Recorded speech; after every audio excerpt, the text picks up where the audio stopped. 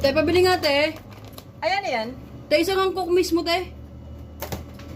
Ay, te, pwede magtanong? Ano yan? Baka may kakilala ka na pest control service. Ay, meron. Ang dami kasing anay sa bahay namin, te. Nakakainis na, masisira na yung aparador ni mama.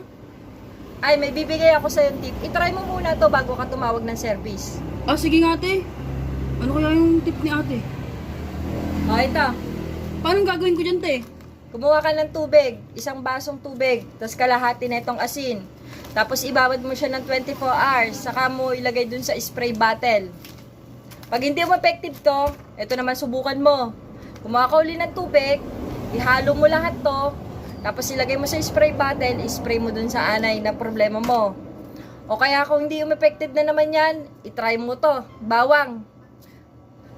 Durugin mo.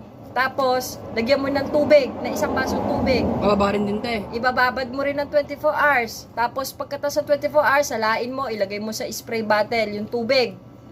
Saka mo i-spray. I-try mo muna tong tatlong to bago ka tumawag ng service at sayang din yung ibabayad mo.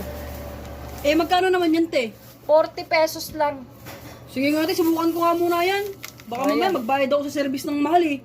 O, i-try mo muna yan. Sige, Pag te, hindi mo salamat. effective, saka ka tumawag. Sige, te. Sige. Sakto.